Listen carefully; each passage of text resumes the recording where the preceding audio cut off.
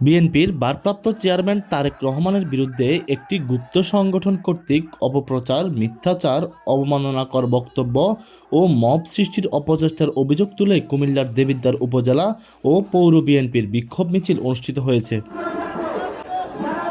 বুধবার কুমিল্লা ৪ আসনের সাবেক সাংসদ ইঞ্জিনিয়ার মঞ্জুরুল আহসান মুন্সির বাসভবন থেকে বিক্ষোভ মিছিলটি শুরু হয়ে দেবিদ্বার সদরের বিভিন্ন সড়কে প্রদক্ষিণ হয়ে রুবেল চত্বরে এসে সমাপ্ত হয়।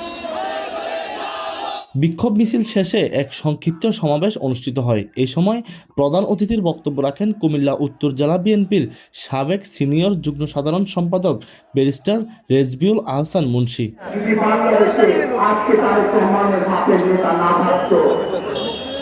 তাহলে বাংলাদেশ একটি নেতাহীন রাষ্ট্র হিসাবে পরিণত হতো।